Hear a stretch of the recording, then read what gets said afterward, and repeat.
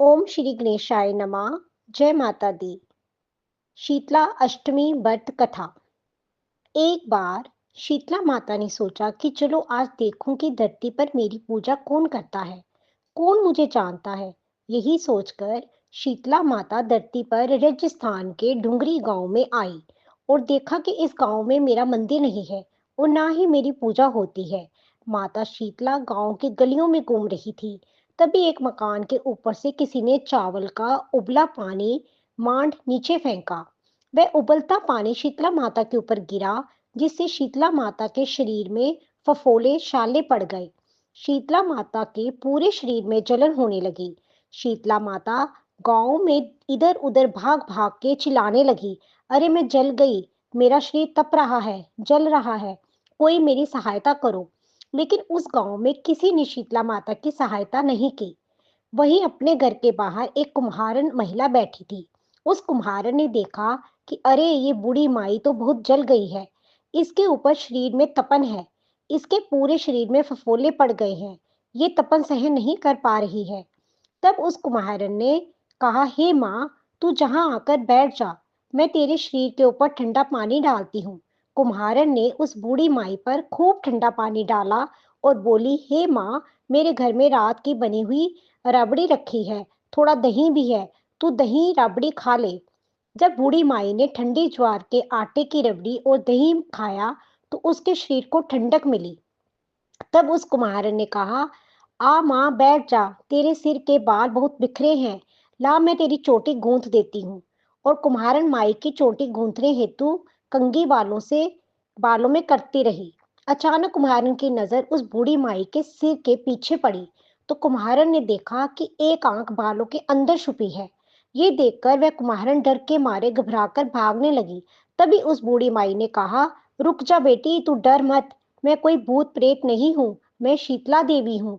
मैं तो इस धरती पर देखने आई थी कि मुझे कौन मानता है, कौन मेरी पूजा करता है। इतना कहकर माता चार भुजा वाली हीरे जवाहरात के आभूषण पहने, सिर पर स्वर्ण मुकुट धारण किए अपने असली रूप में प्रकट हो गई। माता के दर्शन कर कुम्हारन सोचने लगी कि अब मैं गरीब इन बात माता को कहाँ बिठाऊं। तब माता बोली, हे बेटी, तुम किस सोच में पड़ गई।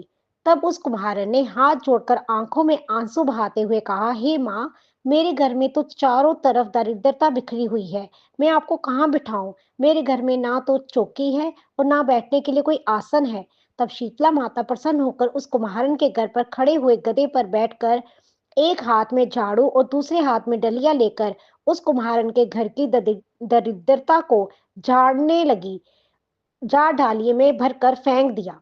उस पर कुम्हारन ने से कहा, हे बेटी, मैं तेरी सच्ची भक्ति से प्रसन्न हूँ, अब तुझे जो भी चाहिए मुझसे वरदान मांग लो।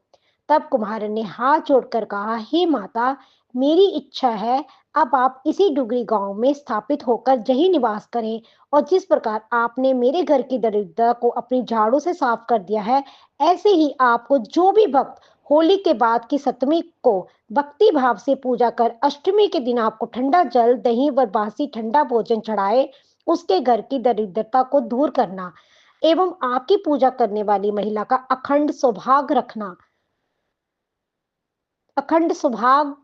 रखना, उसकी गोद हमेशा भरी रखना। साथ ही जो पुरुष शीतला अष्टमी को नाई के जहां बाल ना कटवावे, धोबी को कपड़े धुलने ना दे और पुरुष भी आप पर ठंडा जल चढ़ाए, नारियल फूल चढ़ाकर परिवार सहित ठंडा बासी भोजन करे, उसके काम धंधे व्यापार में कभी दरिद्रता ना आए।